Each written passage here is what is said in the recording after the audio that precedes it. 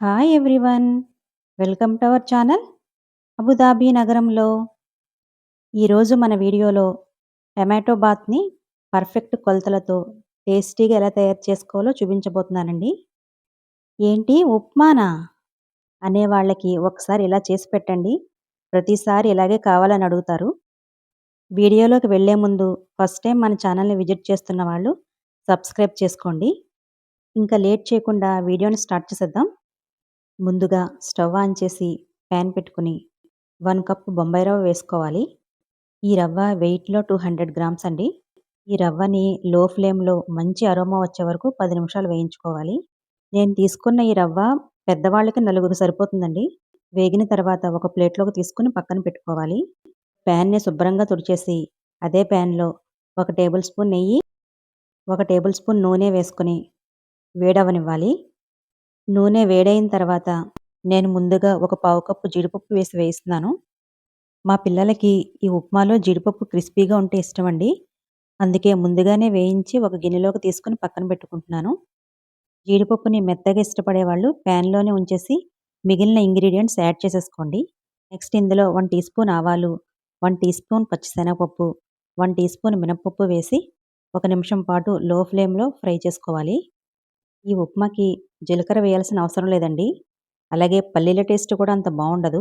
ఇవి వేగిన తర్వాత 2 రెమ్మల కరివేపాకు, 1 మీడియం సైజ్ ఉల్లిపాయని ముక్కలు కట్ చేసి వేసుకోవాలి. వీటిని 2 నిమిషాలు మీడియం ఫ్లేమ్లో ఫ్రై చేసుకోవాలి. ఇందులో 1/2 ఇంచ్ అల్లం ముక్కలు, 4 పచ్చిమిర్చిని చిన్న చిన్న ముక్కలుగా కట్ చేసి వేసుకుంటున్నాను. పచ్చిమిర్చిని మీరు తినే కారాన్ని బట్టి చూసి వేసుకోండి. ఇవి 1 నిమిషం ఫ్రై అయిన తర్వాత 1/2 టీ స్పూన్ పసుపు, పావు కప్పు క్యారెట్ ముక్కలు, పావు కప్పు ఫ్రోజన్ బఠానీ తీసుకున్నానండి. మీరు ఫ్రెష్ బఠానీ వేయాలనుకుంటే ఒక అరగంట సేపు వేడి నీళ్ళలో నానబెట్టి వేసుకోండి. 2 మీడియం సైజ్ టమాటా ముక్కలు, 1 టీ స్పూన్ ఉప్పు కూడా వేసి ఒకసారి బాగా కలిపి మూత పెట్టేసి మీడియం ఫ్లేమ్లో 5 నిమిషాలు ఉడకనివ్వాలి. ఇప్పుడు మూత తీసి వెజిటేబుల్స్ కుక్ అయినాయేమో చూద్దాం.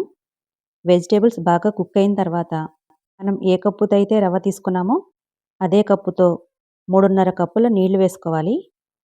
నీళ్లు వేసిన తర్వాత ఒకసారి బాగా కలుపుకొని ఉప్పు సరిపోయిందో లేదో చెక్ చేసుకోవాలి.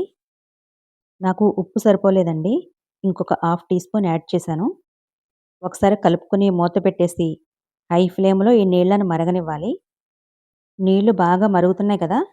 ఇప్పుడు స్టవ్‌ని లో ఫ్లేమ్లో పెట్టుకుని మనం ఫ్రై చేసి పెట్టుకున్న రవ్వని కొంచెం కొంచెం వేసుకుంటూ బాగా కలపాలి. కలపకపోతే రవ్వ ఉండలు కట్టేస్తదండి. బాగా కలుపుకోవాలి. బాగా కలిపిన తర్వాత మూత పెట్టేసి ఒక 2 నిమిషాలు లో ఫ్లేమ్లో ఉడికించుకోవాలి. 2 నిమిషాలకి బాగా దగ్గర పడింది కదా!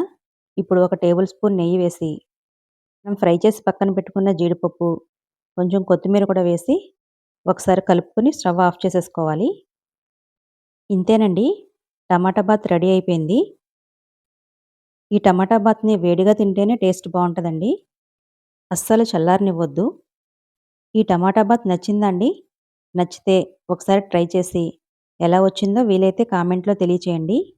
అలాగే ఈ వీడియో నచ్చితే లైక్ చేసి మన వాళ్ళందరికీ షేర్ చేసి మన ఛానల్ని సబ్స్క్రైబ్ చేసుకోండి. Thank you for watching.